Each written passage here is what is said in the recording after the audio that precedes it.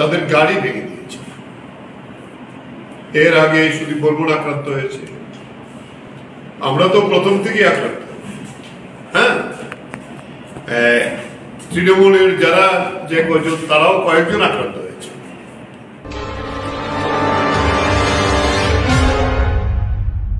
নমস্কার দর্শক বন্ধুরা, আমি সোহম আবারও আপনাদের সকলকে সার্চ ইন্ডিয়া চ্যানেলের পর্দায় স্বাগত জানাচ্ছি। আজকে আমাদের ক্রাইম প্রতিবেদন বাতাসে রক্তের গন্ধের দ্বিতীয় পর্বে। দর্শক বন্ধুরা, বিগত বহু বছর ধরে খয়েরপুর বিধানসভা কেন্দ্রে যে খুনগুলি হয়ে গেছে তার নেপথ্যে কে বা কারা আছে তার মুখোশ খুলে দেব আমরা, এই ছিল আমাদের অঙ্গীকার। সরেজমিনে এই খুনের ঘটনাগুলির খোঁজ খবর নিতে গিয়ে আমাদের চক্ষু চরক গাছ।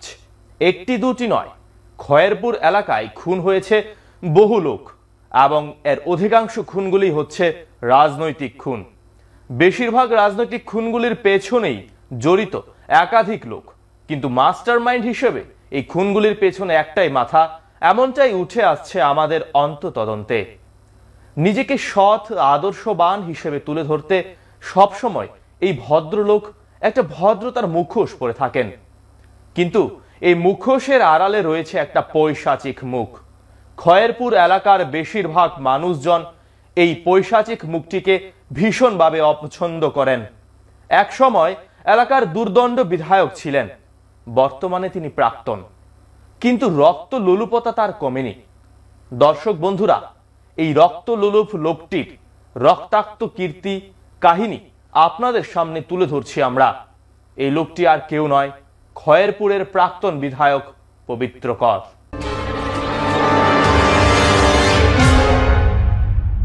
1985 সাল, ত্রিপুরার ক্ষমতায় বাম সরকার। মুখ্যমন্ত্রীর পদে ছিলেন তৎকালীন সিপিআইএম পলিট ব্যুরোর সদস্য নৃপেন চক্রবর্তী। সেই সময়টাতে হঠাৎ করে রাজ্য জুড়ে উগ্রবাদী তৎপরতা বেড়ে যায়। চারিদিকে শুরু হয় অপহরণ, খুন, জখম রাহাজানির মতো ঘটনা। অপরদিকে প্রধান বিরোধী দল কংগ্রেসও রাজ্যের এই টালমাটাল পরিস্থিতি নিয়ে বিধানসভায় ঝড় তুলতে শুরু করে। কংগ্রেসের শক্তি বৃদ্ধিতে চিন্তিত হয়ে পড়ে বাম নেতৃত্ব। রাজ্য বাম নেতৃত্ব সিদ্ধান্ত নেয়, বাম রাজনীতিতে এবার কিছু তরুণ তুর্কি নেতাকে প্রাধান্য দিয়ে তুলে আনা হবে।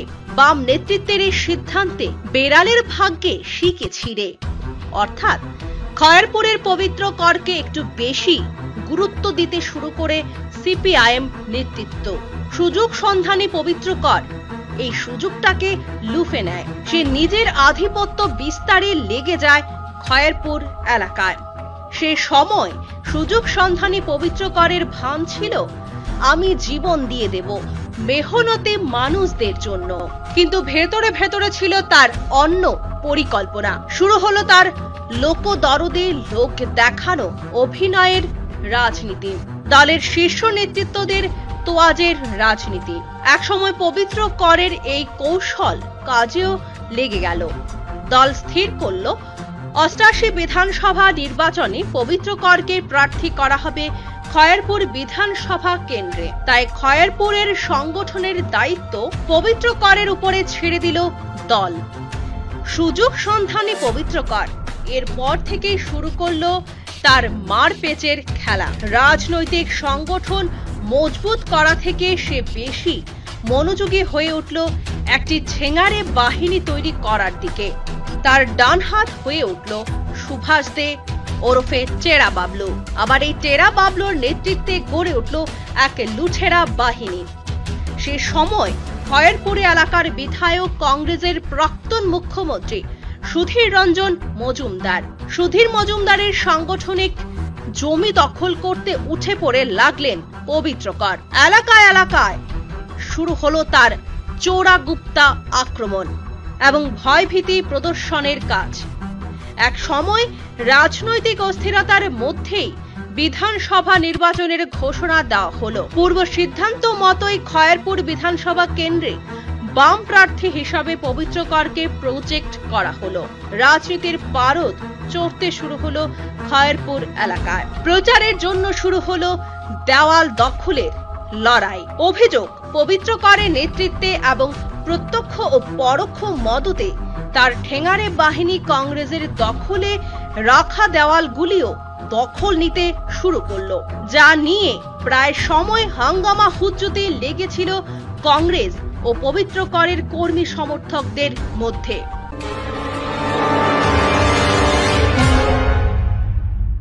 দর্শক বন্ধুরা, খয়েরপুর এলাকায় পবিত্র কর সংগঠন তৈরি করার জন্য যত না যত্নবান ছিলেন, তার থেকে অনেক বেশি ব্যস্ত ছিলেন তিনি নিজের ঠ্যাঙ্গারে বাহিনী তৈরি করতে।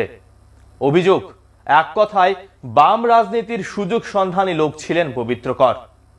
তাই খয়েরপুর এলাকায় রাজ্য বামফ্রন্টের শীর্ষ নেতারা পবিত্র করকে প্রমোট করতেই এই ভদ্রলোক শুরু করে দেন তার মূল কার্যকলাপ।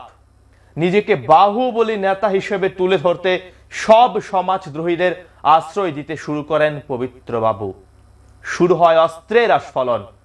বিজয়, ভজন আর নিখিলের রক্তে স্নান করে শুরু হয় পবিত্রের অপবিত্র পথের যাত্রা।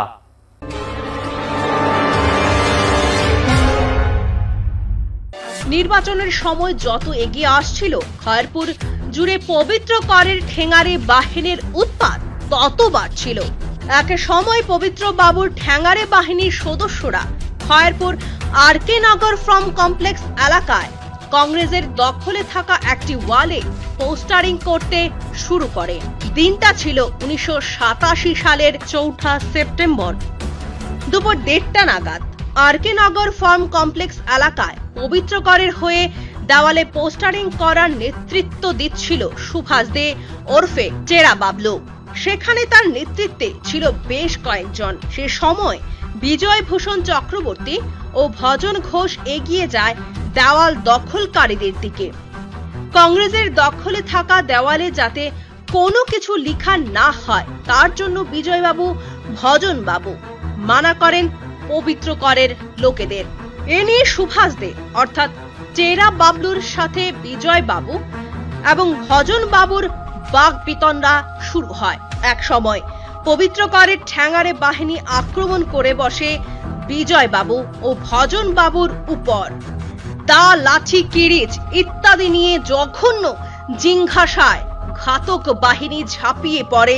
অস্ত্রের একাধিক আঘাতে তাদের রক্তাক্ত করে তোলে। ঘাতক বাহিনীর আক্রমণে মাটিতে লুটিয়ে পড়ে বিজয় ভূষণ চক্রবর্তী ও ভজন ঘোষ, মাটি ভিজে লাল রক্তে। সে সময় ফার্মে কাজ করছিলেন শ্রমিক নেতা নিখিল দে।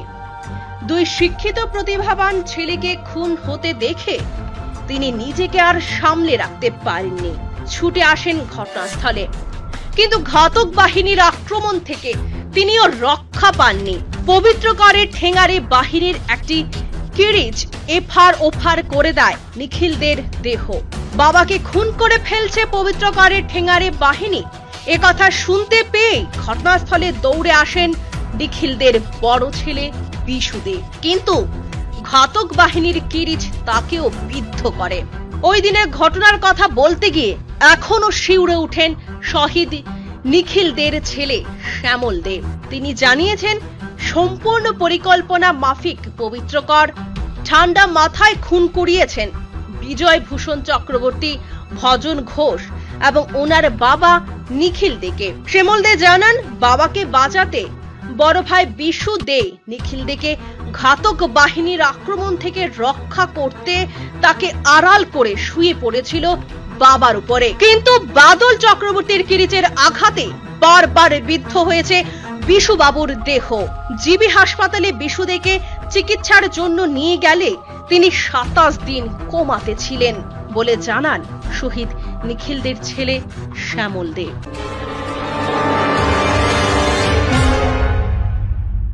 বড় ভাই কাছে শুনছে যে বাবার মারছে, এখানে একটা বাটি রেখে বের হয়েছে যে বাবার মারছে। বড় ভাই দূরে গেছে, গেছে অলরেডি বাবারে ফালাই দিয়েছে। এই বাদল চক্রবর্তী, পার্থ দাস আর কুমুদ মারা গেছে এখন। আর এলার নাম দাও এই কানু ঘোষ। ঠিক আছে, কতজন ছিল এই ঘটনাতে? ঘটনাতে তারা প্রচুর ছিল। মদত দিয়েছে আমাদের মানে প্রাক্তন এমএলএ যে পবিত্র ওনার নেতৃত্বে ঘটনা হচ্ছে, এটা উনি তো মেইন কালপিট ছিল, উনি নেতৃত্বে ঘটনা হয়েছে।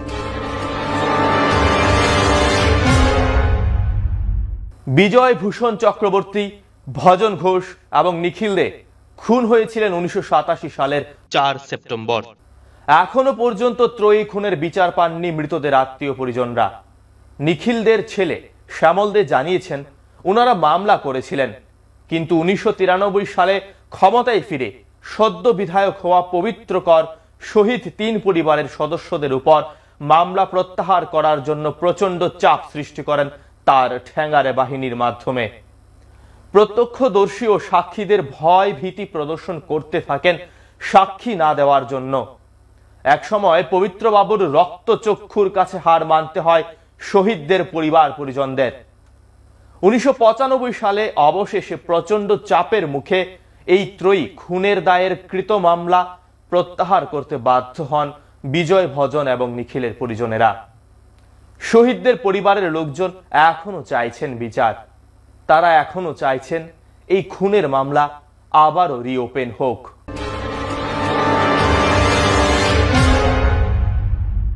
শহীদ নিখিলদের ছেলে শ্যামলদের বক্তব্য অনুযায়ী তার বাবাকে খুনের পেছনে মূল ছিল বাদল চক্রবর্তী। এছাড়া আক্রমণকারীদের মধ্যে মহিলারা ছিল বলে শ্যামল বাবুর দাবি। তিনি জানান পুষ্পরানী দাস নামে এক মহিলা আক্রমণকারীদের সক্রিয় সহযোগিতা করেছে। তাছাড়া ছিল আরো এক মহিলা। পুরো ষড়যন্ত্রের পেছনেই পবিত্রকর ছিলেন বলে শ্যামল বাবুর দাবি।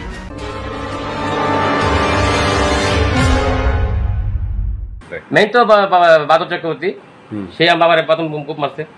পার্থ দাস, কুমুদ দেবনাথ, মহিলা ছিল পুষ্পরানী দাস, মহিলা ছিল দুইজন ছিল, পুষ্পরানী দাস আর বাসন্তী মালাকার নাকি মহিলা ছিল দুজন। এমন প্রচন্ড লোক ছিল ওরা। ওই সময় পারমে ছিল এসআর বিকাশ, ঠিক আছে। সব মহিলারা পুরুষরা তারা আটকাইছিল, ইডের টুকরি কি লাড়ি ব্যান্ড আটকে রাখছে, বই তারা জানতো না, তৎক্ষণ তারা জানতো না কি। তাহলে একটা ষড়যন্ত্র করে রাখছে হয়তো করে। কোন সময় ঠিক 1:30 12:40 ঘটনা হয়েছে দিনের বেলা, দিনের বেলা। এবং ওই দিন কি তারা পোস্টারিং করছিল? না, তারা আগে পোস্টিং করছিল যে রতন ঘোষ আমাদের পার্টি আসলো, ওনার যে পোস্টার হাত লিখে দিয়েছিল না, তারা মুছে রিটার্ন ব্যাক করে তারা আবার কাছে লিখতে গেছে আর কি। তৎসঙ্গে মানে কথাটা তারা ভিতরে কথা সবাই জানে, কিন্তু আমাদের যারা কর্মী ছিল কংগ্রেসের তখন তারা জানতো না ঘটনাটা কি তৈব। তারা আগে থেকে জড়িত আর কি সবাই, যে আজ কেন আইলে কিছু একটা হয়ে যাবে কেন। শ্যামলবাবু জানিয়েছেন বিজয়, ভজন, নিখিল খুনের কোনো বিচার হয়নি। মামলা দায়ের হয়েছিল, কিন্তু 1993 সালে জোট সরকারকে সরিয়ে ক্ষমতায় আসার পরই পবিত্রকর মামলার মোড় সম্পূর্ণ ঘুরিয়ে দেয়। মামলাকারী শহীদ 3 পরিবারের সদস্যদের ভয় ভীতি প্রদর্শন করে প্রাণে মেরে ফেলার হুমকি দেওয়া হয়। সাক্ষীদের ভয় দেখানো হয়। প্রচন্ড চাপে একসময় শহীদদের পরিবারের লোকজনরা মামলা প্রত্যাহার করতে বাধ্য হন বলে শ্যামল বাবুর বক্তব্য।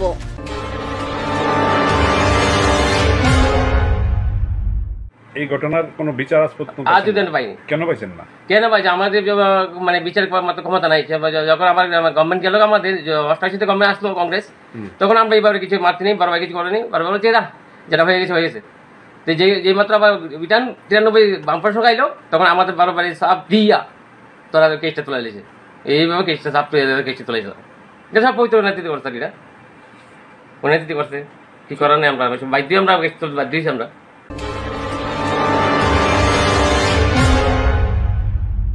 শহীদ বিজয় ভূষণ চক্রবর্তী, ভজন ঘোষ, নিখিলদের আর্তচিৎকারে 1987 সালের 4 সেপ্টেম্বর দুপুর বেলায় আকাশ বাতাস কেঁদে উঠেছিল। তাদের বিভৎস হত্যাকাণ্ডের ঘটনা মনে পড়লে খয়রপুর এলাকার বহু প্রবীণ আজও আটকে ওঠেন, অনেকের চোখের কোণ ভিজে উঠে। বর্তমান সময়কালে ওই বধ্যভূমির আগের চেহারা আর নেই।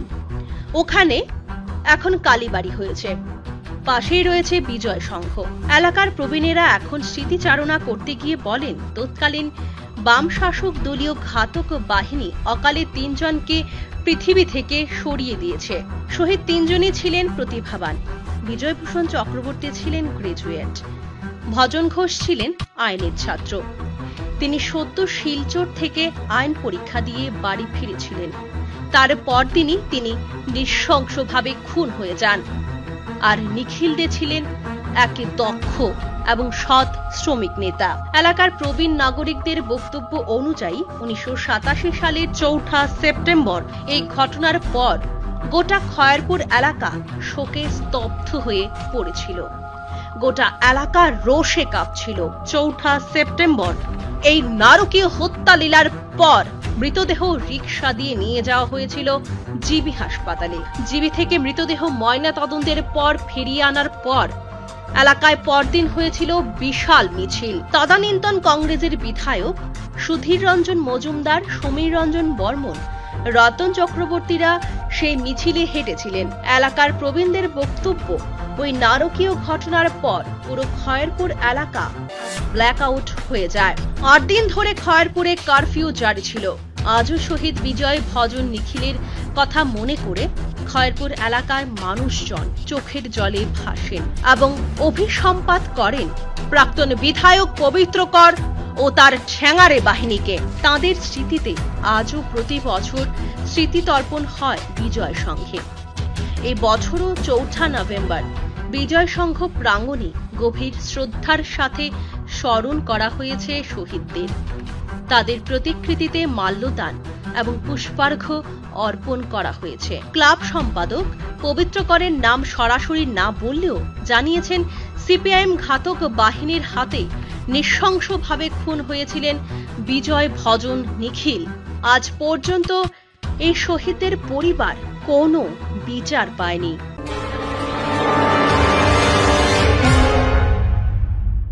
চৌঠা সেপ্টেম্বর 1987 সালের 4 সেপ্টেম্বর শুক্রবার দুপুরবেলায় সিপিএম ঘাতক বাহিনীর হাতে আমাদের বিজয় সংঘের 2 তরুণ তাজা সদস্য এবং শ্রমিক নেতা নিখিল দে নৃশংসভাবে ফার্ম কমপ্লেক্স এলাকায়, যেখানে এখন শিববাড়ি, সেই এলাকায় নৃশংসভাবে খুন হয়েছিল একটা দেওয়াল লিখনকে কেন্দ্র করে। আমরা এর পরের বছর থেকে প্রতি বছর 5 জন হলেও এই শহীদ দিবসটা পালন করে আসছি। তাদের স্মৃতিচারণ করছি। ভজন ঘোষ ছিলেন আইন কলেজের ছাত্র, বিজয় ভূষণ চক্রবর্তী ছিলেন সেই সময় একজন গ্রাজুয়েট স্টুডেন্ট, কিংবা তৎকালীন সময়ে তৎকালীন রাজনৈতিক দলের পদাধিকারী ছিলেন। নিখিল দে শ্রমিক নেতা ছিলেন, ফার্মের কমপ্লেক্সে কাজ করতেন এবং ওইখানে শ্রমিকদের সংগঠিত করতেন। শ্রমিকদের স্বার্থে উনি অনেক কিছু করেছেন। এই 3 জনকে একটা সামান্য দেওয়াল লিখনকে কেন্দ্র করে প্রকাশ্য দিনের বেলায় ব্রুটালি মার্ডার করেছে। আজ পর্যন্ত এই শহীদদের পরিবার কোনো বিচার পায়নি। তার মধ্যে ভজন ঘোষ এবং বিজয় ভূষণ চক্রবর্তী আমাদের বিজয় সংঘের সদস্য ছিলেন। সেই হিসাবে আমরা বিজয় সংঘের পক্ষ থেকে তাদের স্মৃতিচারণ করে আসছি। শহীদদের উদ্দেশ্যে আমরা আজকেও সেই অনুষ্ঠানটা সংক্ষিপ্ত আকারে পালন করব। দর্শক বন্ধুরা, 1987 সালের 4 সেপ্টেম্বর এই নারকীয় হত্যাকাণ্ড শেষ করেই ক্ষান্ত হননি প্রাক্তন বিধায়ক পবিত্র কর এবং তার ঘাতক ঠ্যাঙারে বাহিনী। খয়েরপুর এলাকায় একের পর এক খুন হয়েছে, ষড়যন্ত্র হয়েছে। পবিত্র কর নিজের ক্ষমতা কায়েম করতে খয়েরপুর ফার্ম কমপ্লেক্স এলাকায় একাধিকবার রক্তগঙ্গা বইয়েছেন। বকুল দাস, হরিচরণ মালাকার সহ আরো একজন খুন হয়েছেন ওই এলাকায়। রাতের অন্ধকারে পরিকল্পনা মাফিকই এই খুনগুলো হয়েছিল। নিজের এলাকায় আধিপত্য কায়েমের জন্যই তৎকালীন সময়ে বাম নেতা অর্থাৎ পবিত্র কর এই খুনের ঘটনাগুলোতে নিজের হাত রঞ্জিত করেছেন, এমনটাই খয়েরপুরের বাসিন্দাদের অভিমত।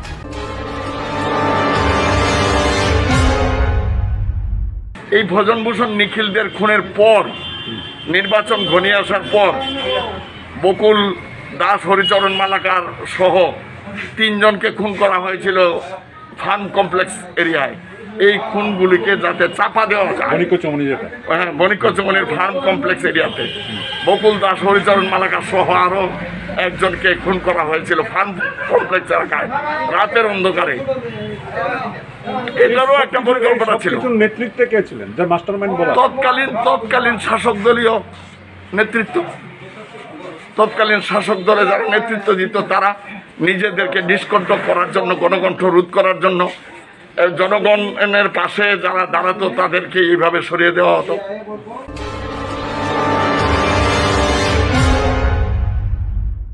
দর্শক বন্ধুরা, 1987 সালের পর থেকে খয়েরপুর বিধানসভা কেন্দ্রে কত রাজনৈতিক খুন সন্ত্রাস হয়েছে পবিত্রকরের নেতৃত্বে তার হিসেব করলে কয়েক রাত কেটে যাবে। ওই এলাকায় খুন হওয়া ব্যক্তিদের পরিবারের সদস্যরা আজও বিচারের বাণী নিয়ে নিভৃতে কেঁদে চলেছেন। কে দেবে তাদের বিচার, সেই প্রত্যাশায় আজও তারা পথ চেয়ে বসে রয়েছেন। এই বিচার প্রত্যাশীদের চোখের দিকে তাকানো যায় না। তারপরেও সার্চ ইন্ডিয়া চ্যানেল এর অঙ্গীকার, আমরা তুলে ধরব প্রকৃত তথ্য। এই আমাদের দ্বিতীয় পর্ব।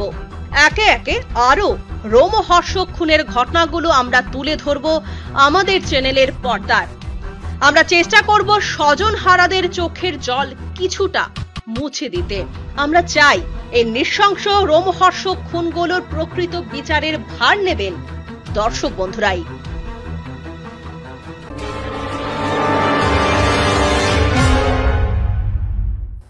নিজের রাজনৈতিক উত্থানের পথকে সাবলীল করতে একের পর এক খুন করিয়েছেন পবিত্রকর, কিন্তু নিজে থেকে গেছেন সবসময় ধরা ছোঁয়ার বাইরে। তার বিরুদ্ধে একটি মামলাও তিনি করতে দেননি। তাই আজও পুলিশের খাতায় পবিত্রকরের বিরুদ্ধে কোনো মামলা নেই। নিজের চরিত্র নিজের মতো করে দিয়েছেন ফুলের মতো পবিত্র করে। নিজেকে সৎ প্রতিপন্ন করে রাখতে সবসময় তিনি পরে রাখছেন একটি ভালো মানুষের মুখোশ। দর্শক বন্ধুরা, খয়েরপুর এলাকায় মানুষজনেরা চাইছেন পবিত্রকরের তৈরি করে রাখা ত্রাসের রাজত্ব থেকে বেরিয়ে আসতে। ওনারা চাইছেন খসে যাক পবিত্রকরের রক্ত মাখা মুখোশটি, বেরিয়ে আসুক সত্য সবার সামনে। তাহলেই হয়তো বিজয় ভজন নিখিলের আত্মা কিছুটা হলেও শান্তি পাবে বলে মনে করছেন অনেকে। আগামী পর্বে দেখুন আরো লোমহর্ষক ঘটনা।